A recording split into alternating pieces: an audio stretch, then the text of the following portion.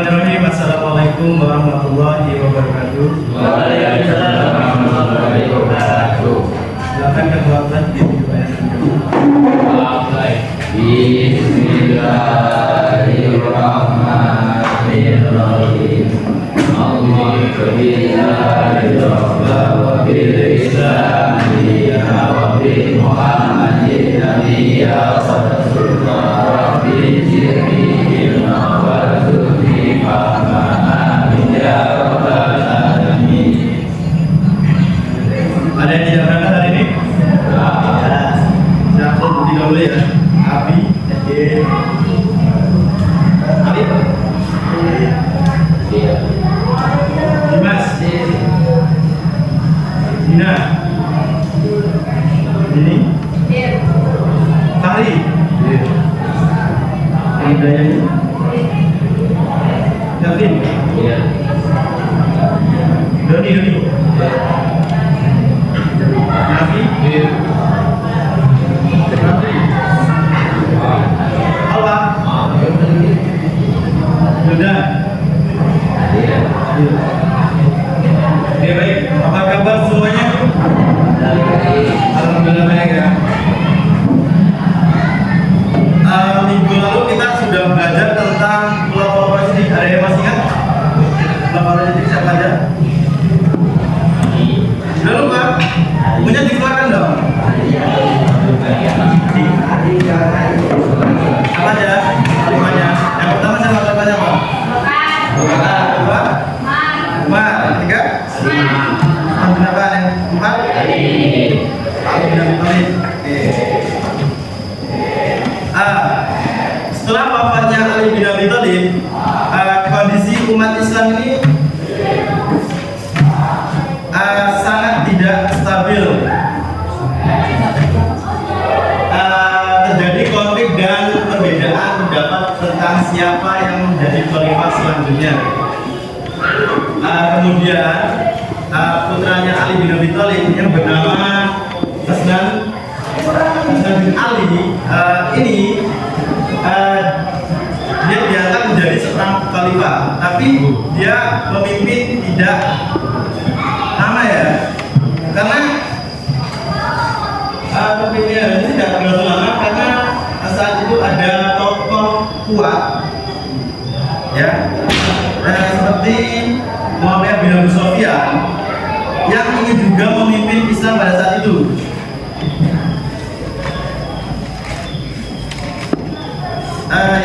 Jadi kondisi ini berpotensi jadi umat itu berpotensi akan berlimpah darah ke umat Islam lainnya. Jadi pada akhirnya Hasan bin Ali ini bijak ya dalam memilih, akhirnya dia menyerahkan kepemimpinannya kepada Muawiyah bin Abi Sufyan.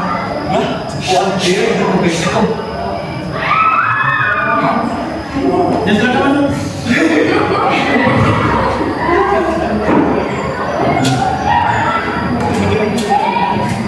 Ya saya masuk dulu.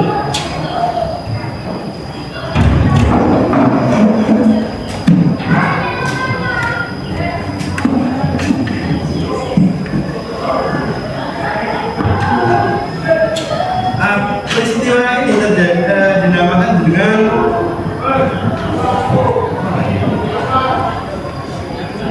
dikenal dengan Amul Jamaah yang atau tahun persatuan itu terjadi pada 661 Hijriah. Dari sinilah awal berdirinya dinasti Bani Umayyah, pusat pemerintahan di kota Damaskus.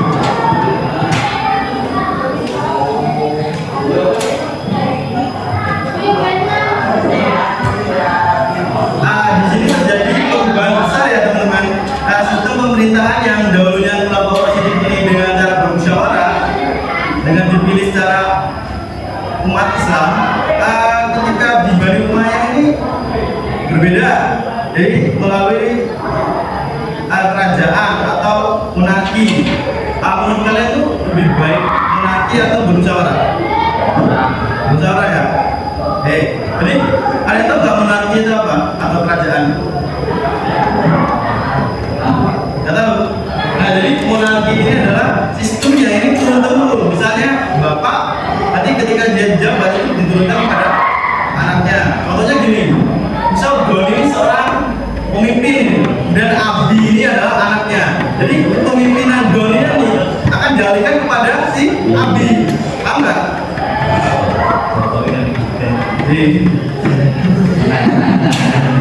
Jadi kekuasaan diberikan oleh ayah, jadi tidak lagi dipilih secara bermusyawarah ya.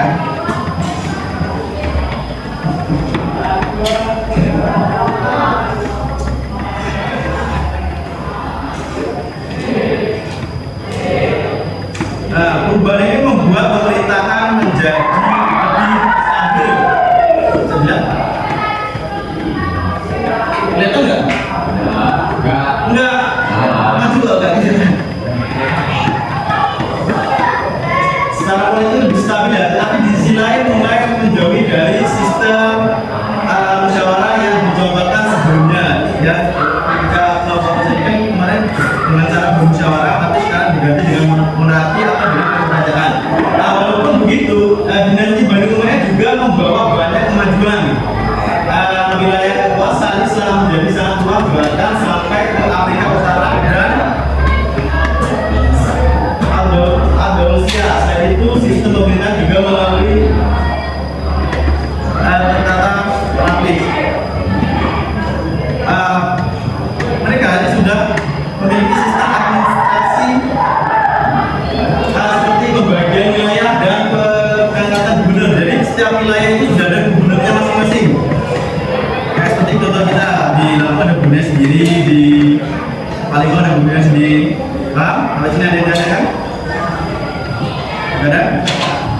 Lanjut. Dan bidang ekonomi, mereka mengatur pemasukan negara melalui pajak dan menggunakannya untuk pembangunan serta kesejahteraan rakyat. Jadi pajak itu nantinya untuk pembangunan yang ada di sana dan untuk mensejahterakan masyarakat di sana. Dalam bidang militer, mereka memiliki tentara yang kuat, bahkan dilengkapi dengan angkatan laut.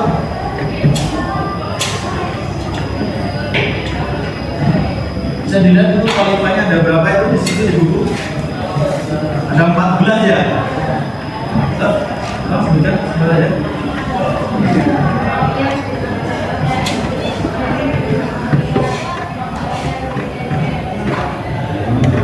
Masuk lagi. Lanjutkan mas. Udah lanjutkan. Ada berapa itu? 5.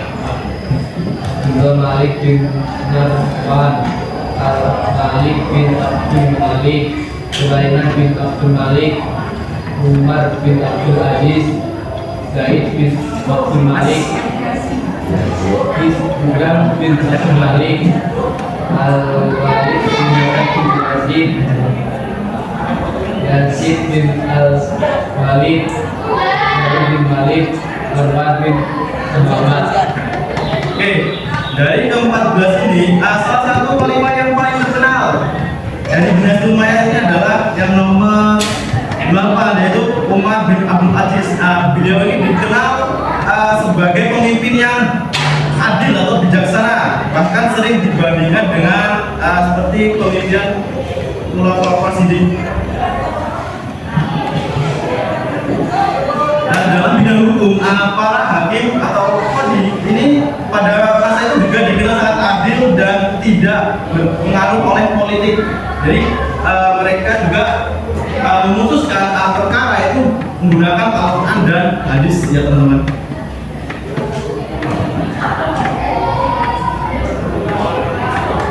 Oke, dari materi ini apakah ada yang ditanyakan? Tidak ada? Ya udah, nggak ada. Kita breaking dulu gimana? Oh enggak? Breaking. Udah berdiri. Instruksinya gini ya teman-teman. Ketika saya bilang oke, maka lakukan. Tapi jika saya tidak bilang oke, jangan lakukan. Paham nggak? Angkat tangannya.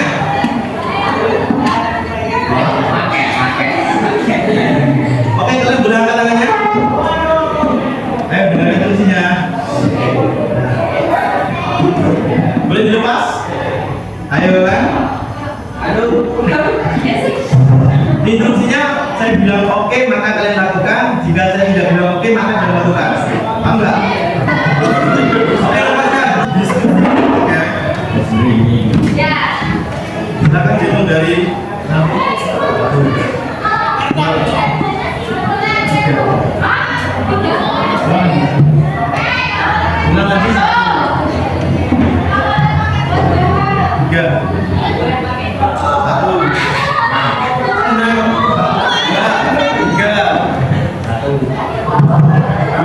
ya silakan untuk ke yang nomor 11, nomor 22, nomor 33. Cepet ayo.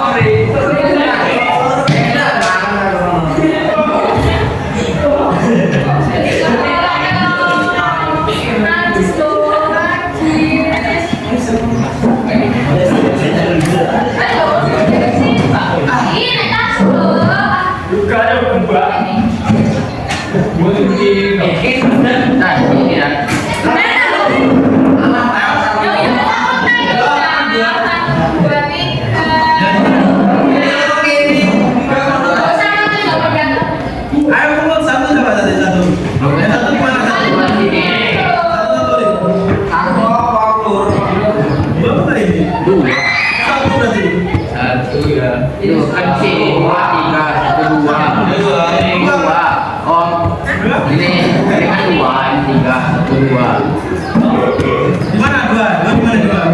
dua sini Insyaallah. Enggak di sini. Oh iya, ada berapa lagi? Di mana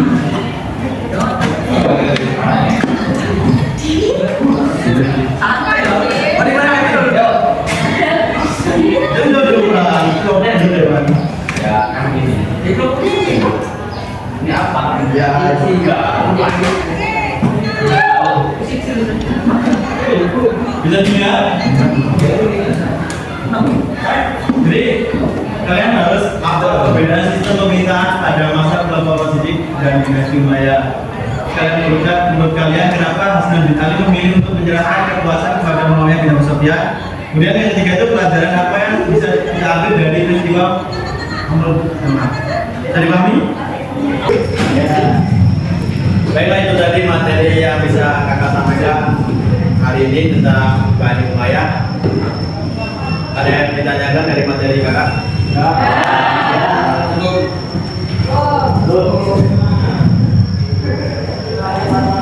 Oke, ada yang dapat menyimpulkan nggak? Ada. Jadi kesimpulannya adalah setelah wafatnya Ali bin Abi Thalib, kepemimpinan ini diambil alih oleh anaknya yang bernama Hasan bin Ali. Kemudian di situ ada tokoh besar seperti Muhammad bin Abdul juga ingin memimpin. Pada akhirnya Hasan bin Ali menyerahkan jabatannya kepada Muawiyah bin Abi Sufyan dan terbentuklah Bani Umayyah di Damaskus. Dan sistemnya ini berubah ya, yang tadinya bermusyawarah dalam memilih pemimpin sekarang menjadi monarki atau kerajaan ya.